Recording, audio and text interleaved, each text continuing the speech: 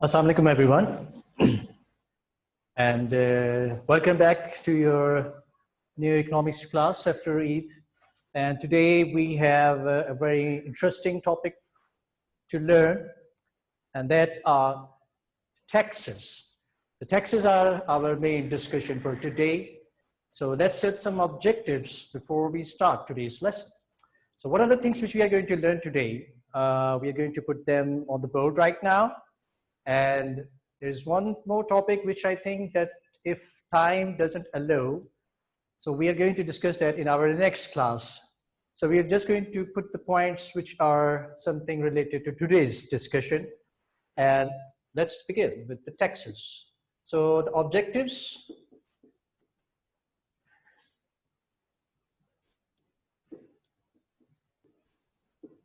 Topic is taxes. I hope that everybody is familiar with the word taxes. So the first thing which we would like to know is that what are the various types of taxes? So by the end of the session, you will be able to understand and explain, and you may be able to identify what are the different types of taxes. Along with that, we will going to find some of the types of direct and indirect taxes.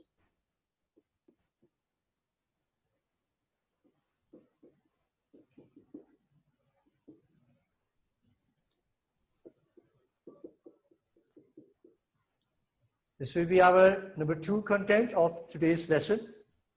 And then we're going to find out what are the various structure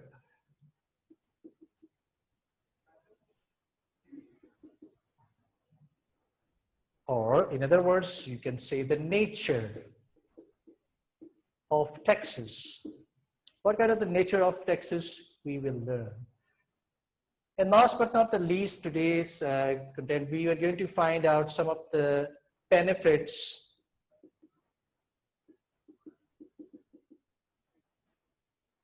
and drawbacks of these above. So we're going to find out the benefits and drawbacks of direct and indirect taxes. So these are the 4 contents which we are putting today in today's objectives.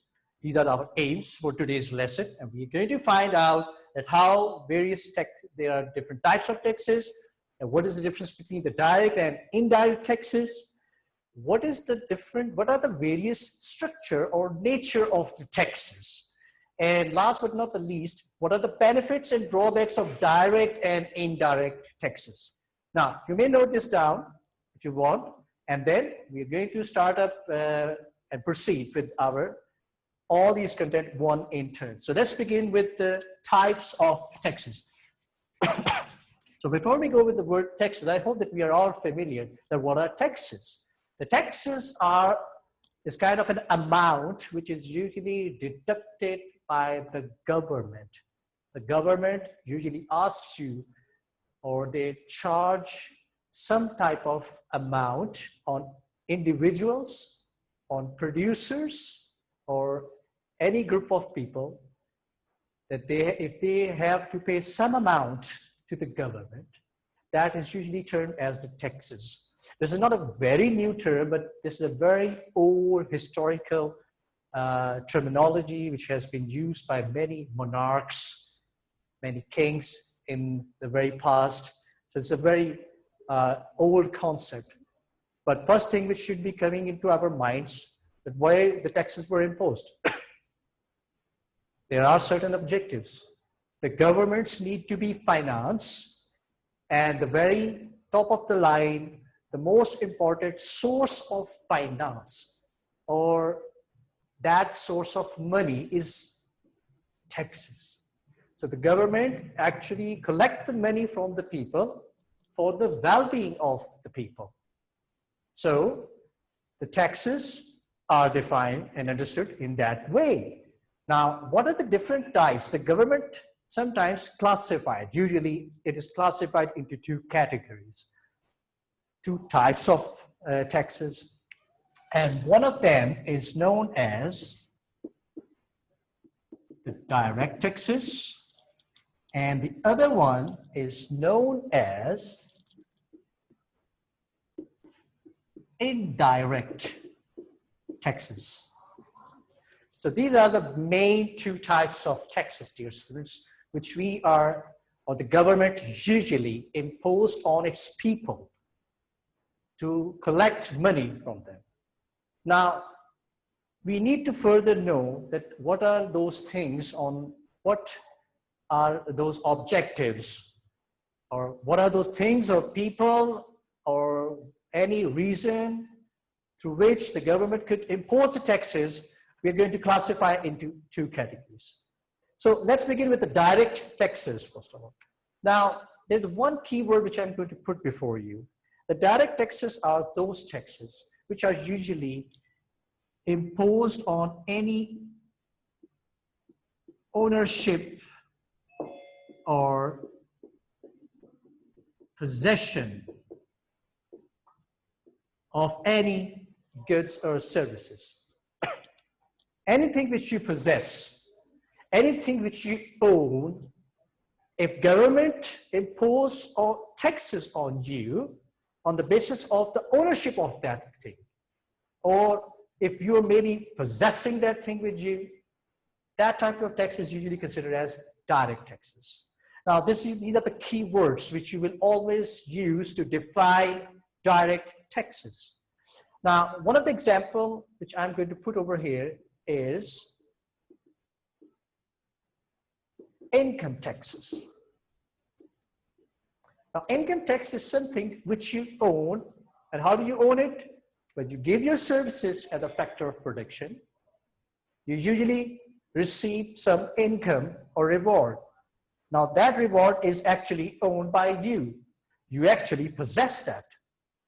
When you are possessing that with you, that means that the government is now going to impose some tax just because of the ownership of that thing. So this is one main way, or another type through which the government is going to impose taxes. And there are some more examples which we are going to study right after this time, the way we have mentioned in the objectives, that there are, what are the various types of direct and indirect taxes. Now, moving towards the indirect taxes. What are the indirect taxes?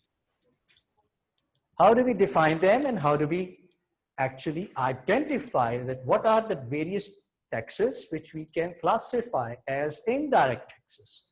Now, usually this comes into our mind. Most students, they are considering that maybe indirect taxes are those which are imposed or paid indirectly. The direct taxes are paid something which is paid directly. Well, there's no doubt that the direct taxes are paid directly, but by whom? By those people who are possessing or having some ownership of something. Maybe a land, maybe an income, or maybe any source of wealth. Yes. But in indirect taxes, we cannot define that this is something which we paid indirectly.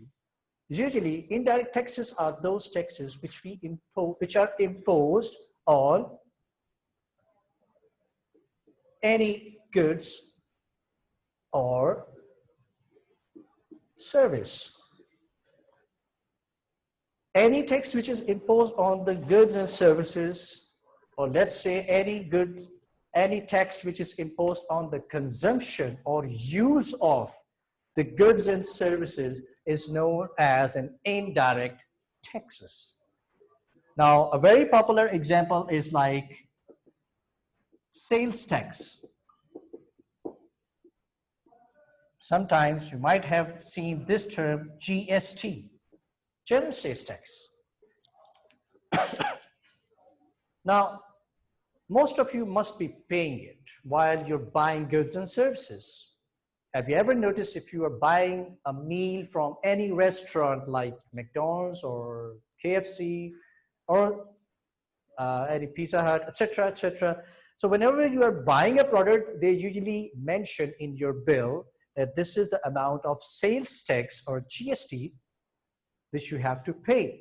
So this is another type of tax, but why we are considering it as an indirect, since they are imposed on the consumption of the goods and services, or when you are buying goods and services or any product. So the tax imposed on the goods and services, definitely when we will buy it, that is usually considered as your indirect taxes. Okay, so summing up again this content, the direct taxes which are imposed on, dear students, on possessions or ownership, and this one is imposed on the goods and services. And some of the examples, one of the examples which I put it over here is like income tax, and over here it's like a sales tax. The indirect tax is exemplified as the sales tax and income tax as direct taxes. Now, moving onward, some of the main types of direct and indirect taxes. We're going to take more examples and learn that what are the various taxes which usually the government imposes in the economy. So let's find some of the names of them, and you can even find them in the book, which I'm going to refer you in the end. So let's start with the direct taxes first. Some of the types, or you may say examples of direct taxes. What are the various taxes? So we just mentioned income tax first of all. Now, what is an income tax? Yes, that any tax which is imposed on the income of any factor of production, maybe a labor, particularly it's about the labor, and whatever the income they earn, maybe a landowner, if he's earning rents, so any amount which he can pay out of it, it's going to be, can be considered as their income tax. So anything which you own after earning as a reward by giving the services, that is going to be considered as your income, and income tax is usually imposed on that. So this is number one, dear students. Now let's take some more examples over here. We have another example of the direct taxes, and that is corporation tax. Corporation tax. Okay, the corporation is always related to large businesses, dear students, like multinational corporation. You might have used this term, MNC, the multinational corporations, multinational companies. But the corporate word is for the mostly used for the large businesses, those businesses which might have their chains and branches in most of the areas of the economy. So corporation tax is something which is something imposed on the large firms, the large business entities. Now, what are the different examples of the large entities in private sector, dear students? If we just go through that topic, you must have learned in your business studies as well as in your economics. That is the types of the business organization. And starting from sole trader to partnership and the joint stock companies like private limited and public. Now just, if you could just answer this question, though I can't hear your answers, but just in your minds, which one is the biggest organization or large organization? Is it the sole trader, or is it the joint stock companies or public limited companies? Yes, your answer is correct. Public limited companies are the large firms. That means that out of these two, public limited companies usually are taxed, and that tax is known as a corporation tax. It's a special type of tax which is named as corporation tax. What is and why it's different than them? Because this tax is actually imposed twice on the firm. Twice on the firms, meaning that once the firm or the public limited company, they earn a profit, which we usually call as dividend. So once it's imposed on the dividend, and twice when this dividend is distributed among the shareholders, it's again taxed. So this is a tax which is imposed twice. So this type of tax is known as corporation tax. And yet, since you're owing this, you're possessing this profit, this is going to be known as another type of indirect taxes. Sorry, direct taxes. Now, we have another example that is inheritance tax. Now, what are inheritance? I hope you are all familiar with the word inheritance. Inheritance is something which a person receives some wealth, some income when somebody is deceased, somebody is passed away, and he's transferring his wealth to his heirs, his children or people who were related to him. So that is known as his inheritance. So any amount which you receive in the shape of inheritance, now that is something which is you are owing or possessing the amount. So the government is going to come before you and they're going to impose a tax on you. And that is going to be termed as inheritance tax. So again, it's another type of the direct taxes. Okay. We have another in the list that is capital gain tax. Now this is another form, an example of the direct taxes, capital gain. Let's learn the word capital gain first. What is the capital gain? Now, dear students, the capital gain is something which is known as whenever you are selling an asset, any asset, when you're selling it, and if you're selling it more than the amount which you bought, the amount which you have bought, and now you're selling it on even a higher value, then that additional amount which you earn out of it, it's going to be your capital gain. For example, if you have one product, let's say A, that worth, let's say 10 pounds.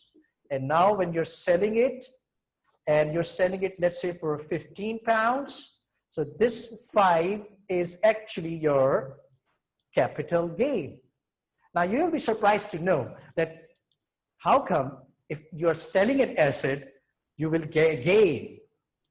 Because most of the time, as an accounting students or the business studies students, you all know that usually the assets, they depreciate. But there are certain things which do give you some capital gain. Okay, so what is that capital gain? Like, are there any assets which values are increasing? Any ideas? Okay. Stocks, shares, bonds and securities. You might have bought them shares on a particular amount, let's say 10 pounds of any firm, but now if the price is rising from 10 to 15 in the stock market, that means that the difference is your capital gain. So when you're going to earn this on each amount of or each share, then definitely the government is going to come again and they're going to impose taxes. And they need to give some name to that tax. And what is that? The capital gain tax. Again, it's another form of the direct tax, since you are again possessing that profit or that capital gain. All right, so after discussing these 4 types of taxes, direct taxes, we're going to discuss some or highlight some of the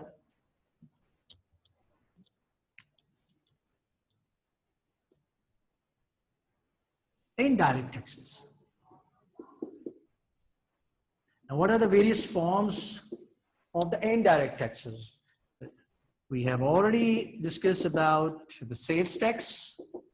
Now, let's have a little quick review of the sales tax. Now, the sales tax represents that this is a tax which is imposed on the sales of goods. Okay, now there is one question which should be coming into our mind. If this is sales tax which has to be paid by the seller, right? But why, if we are buying goods, we have to pay. Like if you go and buy anything from the market, they include the sales tax in the product. But you cannot argue over there that why I should pay the sales tax. Because I'm not selling, I'm buying. This is where they are known as that they have to be paid indirectly by the person who is buying it. So sales tax is something when we are buying anything and it's indirectly paid by the person who is the purchaser or the buyer. So sales tax is one example or type of indirect tax. Now, usually it's also commonly known as GST in our economy, and sometimes in advanced countries, they use the word VAT, the value added tax. The value added tax is sometimes very much familiar to the sales tax since it has to be calculated with the value of that product. It has been added with the value of the product. So sales tax or value add tax or VAT or VAT is another example for the indirect taxes. Okay, now we have some more examples coming up. You must have heard the word customs. Customs.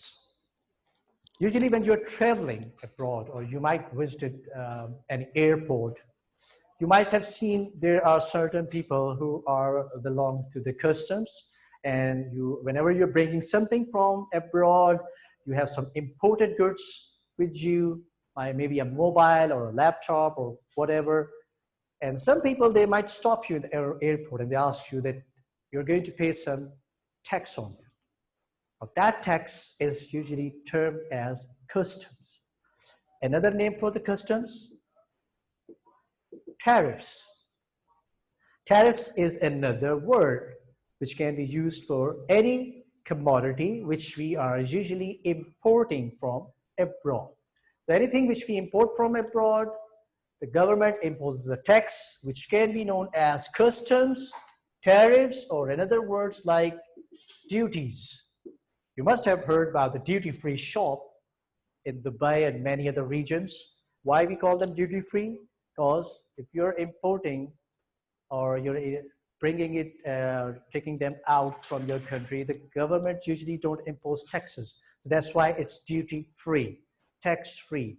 When you are buying some goods from an airport and you're taking to your region or your country, then that country is not charging you. Why? Because you were not the citizen of that country. That is one piece of information. So anything which you import and export, customs, tariffs, and duties can be used for such items.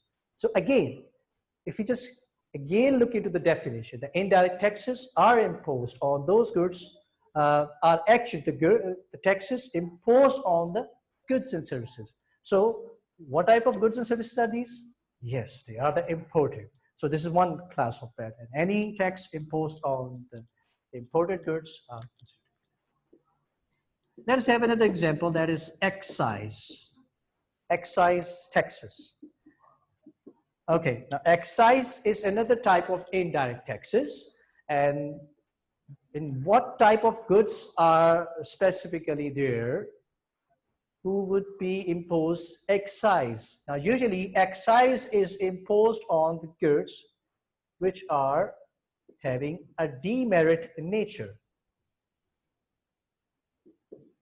Anything which would cause demerit goods, or it will bring demerits or some negative impact on the society or economy, on that type of goods, the government usually impose excise taxes. So what are the things around us which are usually the consumer has to pay the excise taxes? We have example like tobacco, alcohol, or maybe some chemicals. Okay, I hope you're not familiar with them. Let me give you another example. Maybe some of the students might have a slight idea that whenever we want to register our automobiles, you know where you get your car's registration number? Yes, it's from the excise and taxation department. You can check them from your parents, those who have bought the cars or automobiles. They know that if you need to have a car number, you will always get it from excise office. So excise office of the government is actually imposing the excise taxes. Now guess why? Guess what? Excise taxes. Why we are imposing it? Why on the automobiles? Are they creating demerit goods? This is what we tell. Yes. we know that automobiles or cars and trucks and many vehicles, they usually create fumes which actually spoil our environment. So anything which is harmful to the society, to the environment, to the economy is going to be known as your demerit goods. And such taxes on these kind of goods are going to be known as excise taxes. Okay. Now, after explaining these two types of taxes, we have now going to find out one of them, our next content, which is the structure or nature of taxes. Structure and nature.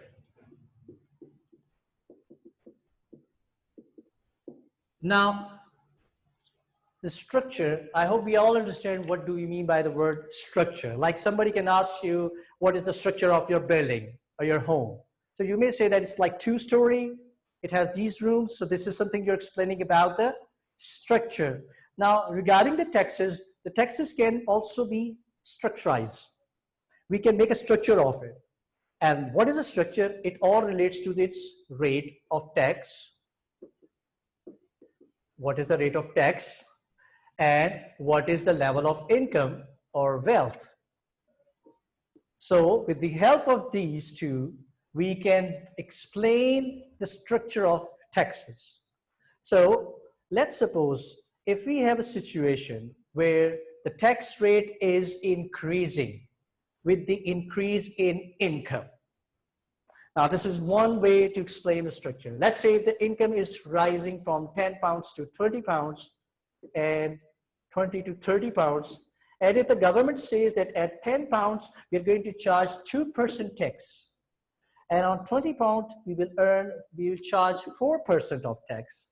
And at 30 pounds, we will charge you 6%. So it means the tax rate is increasing with the increase in your income and wealth. So what type of structure is this? It is usually known as a progressive rate or progressive tax structure. A progressive tax structure is usually termed to this. Why it's known as progressive? Since we see as more the income is increasing, the more tax is progressing or improving. It's increasing. So increasing, improving is usually termed as a progressive. So rate of tax, when it's increasing with the increase in income, it's usually termed as progressive tax structure. And usually what type of shape we could draw it as well. Putting the tax rate over here in percentage, let's say, and putting the income on this side, we can see that mostly this structure works like this. Let's suppose if the income was 10 pounds to 20 pounds, so it's rising from 2% to, let's say, 4%. So this is how we can also understand with the help of a graph that where we have the tax on this axis and income on this axis. The more income you earn, the more tax in terms of percentage you are paying. It's going to be a progressive tax structure. Okay, now we have another example. Maybe your income is increasing, but the percentage of tax which you are paying is falling. For example, like if it's 10% at 10, and if you're earning more 20 pounds, then it might fall to 8% and 6%. One question should be coming into our minds, that how is it possible that the income is increasing and the tax is falling? For that, we need to understand one example. But before we understand the example, let's reinforce that what do we mean by the rate of tax in percentage? It means that how much percentage of your income you're paying it. For example, if two people, one is earning like 10 pounds, and other is earning like 100 pounds. And both of them are buying a product, let's say a sandwich from any restaurant, and its worth is like say 5 pounds. Now you can well calculate that who is paying the larger percentage. Is it the one who is earning 10 pounds or is it the one who is earning 100 pounds? Yes, your answer is correct. The one who is earning less is paying a greater percentage of his tax. That means that this person who is earning earning lower is paying a greater tax. So this type of tax, when we see that when a person earning is paying in that term, is going to be known as regressive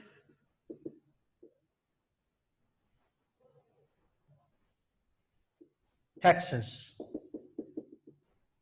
or regressive tax structure. The nature of this tax, when you see that the rate or the burden of the tax is increasing more on the person who is earning less, that shows a regressive. Now, regressive is the opposite of the progressive, which means it is declining. So your tax rate burden is declining, so we name it as regressive taxes. Now, we have another. Now, if we want to impose it in the shape of a diagram.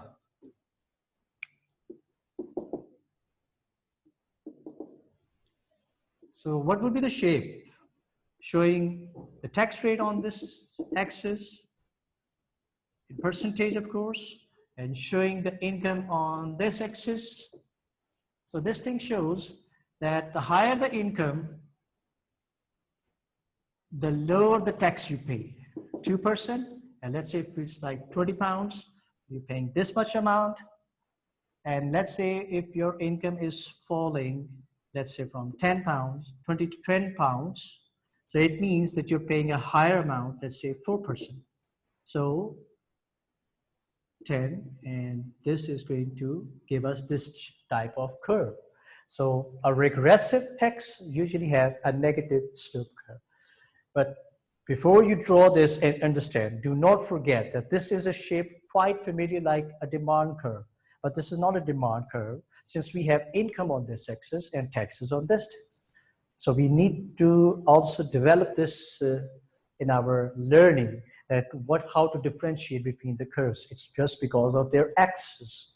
If the axes are shown on this two quadrants, so from that we can find that which curve is this, and this curve is not a demand curve, of course, but it's a regressive tax, since we have taxes and income relationship over here. Okay, now, last but not the least is the tax rate. The third, where we can find that the rate of tax remains the same. Even you're earning higher, and even if you're earning low, there are chances that usually you pay the same amount of taxes. The percentage of the tax is the same as your earning. The more you earn, and the same amount of tax which you are paying is going to be known as a proportional tax structure. The proportional tax structure is going to give us that.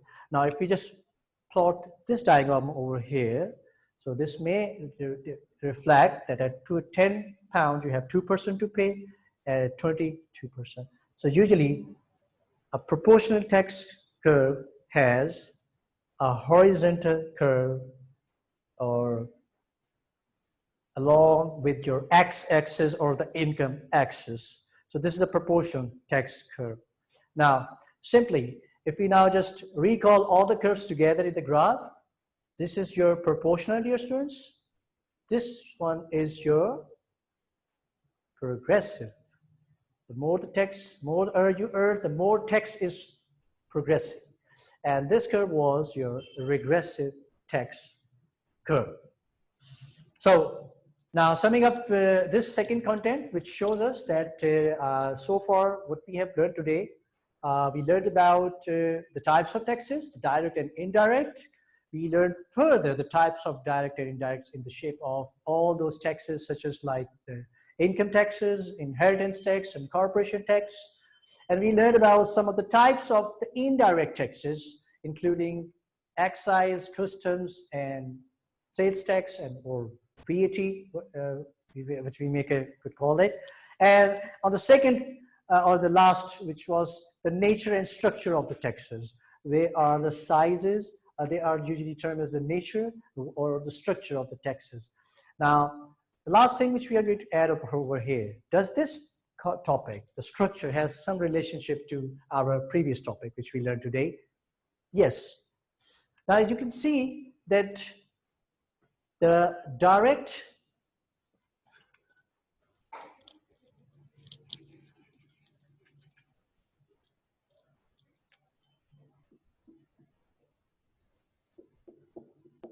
progressive, regressive, and proportional. These are the three structures. Now let's make some relationship with our previous, our last content. So it shows that the progressive is something which is usually in our practical life are all direct taxes are usually considered as progressive. If you just work out and find out how an income tax is progressive in Pakistan, you can find the details if you like to go through, and that will tell you that after certain limit, you are going to pay such amount of tax, let's say 5%. But after that, if you earn more, the government usually says that you might have to pay 8%. But usually direct taxes are progressive in nature. And the regressive taxes are usually indirect. We can very well see that in indirect taxes, the sales tax is one of the example.